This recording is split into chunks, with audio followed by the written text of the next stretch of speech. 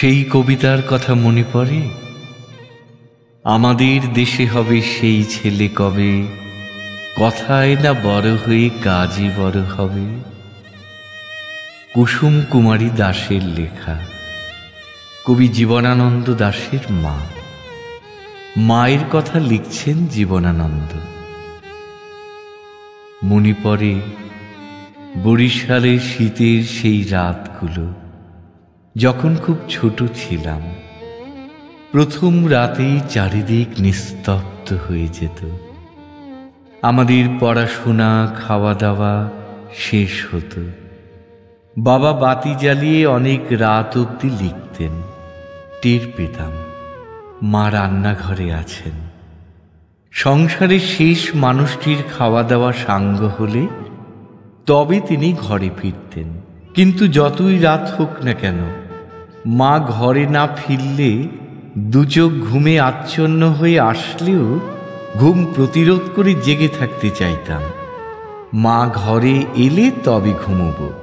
খুব দেরিতে আসতেন। চারিদিকে শীতের রাত তখন নিথর নিস্তব্ধ। মা ঘরে এসে ঘুরতেন ফিরতেন। আমি এখনো জেগে আছি কেন, কতদূর কি পড়াশোনা করেছি জিজ্ঞেস করতেন।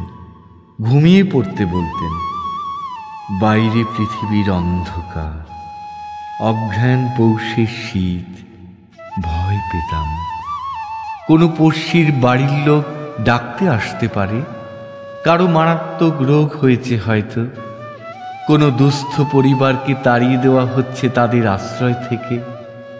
হয়তো কোনো নিম্ন শ্রেণীর লোকের মৃত্যু হয়েছে। হয়তো কোনো অনাথ স্ত্রীলোক বিশেষ কারণে বিপন্ন। হয়তো কোনো প্রতিবেশীর ঘরে ছেলেপিলে হবে। মার কাছে খবর এসে পৌঁছলেই তিনি চলে যাবেন। সারা রাত বাড়ি ফিরবেন না হয়তো আর। বাইরের থেকে এরকম কোনো ডাক না এলে মা প্রদীপের পাশে সেলাই করতে বসে যেতেন। কিংবা সমস্ত দিনের শেষে দু চারটি পত্রপত্রিকা বই নিয়ে বসে পড়তেন। সেই বয়স, তখনকার সেই মা। প্রথম মহাযুদ্ধের গোড়ার দিকে সেই অপেক্ষাকৃত নির্দোষ পৃথিবী। আজ মনে হচ্ছে কোনো পিস কনফারেন্সই মানুষের বিক্ষিপ্ত জীবনে সেই অনবতুল সমাবেশ ফিরিয়ে দিতে পারবে কি আর। আমার মায়ের মতন লোকেদের হৃদয় ঠিক ছিল। সেই জন্যে তাদের সংস্পর্শে এলে একটি শান্ত উন্নত পরিমণ্ডলের ভিতর প্রবেশ করবার সুযোগ পাওয়া যেত। আজ অনুভব করি যে তাদের নানা বিজ্ঞানীর ভূষণ ছিল না, কিন্তু মহত্তর মর্মজ্ঞান ছিল। তাঁদের উচ্চাকাঙ্ক্ষা ছিল না, কিন্তু সকলের জন্য যতদূর সম্ভব হিতাকাঙ্ক্ষা ছিল। যে বড় ভূমিকা তাঁর পাওয়া উচিত ছিল, সংসারে সে পটভূমি পাননি তিনি। কিন্তু তিল ধারণের মতো তুচ্ছ ভূমিকায় দেখিয়েছেন ব্রহ্মাণ্ড প্রতিফলিত হয়ে উঠতে পারে। মার কবিতায় আশ্চর্য প্রসাদ গুণ। সংসারের নানা কাজকর্মে খুবই ব্যস্ত আছেন।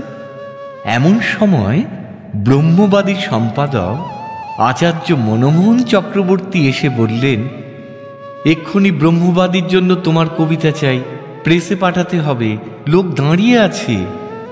শুনে মা খাতা কলম নিয়ে রান্নাঘরে ঢুকে এক হাতে খুন্তি আরেক হাতে কলম নাড়ছেন দেখা যেত।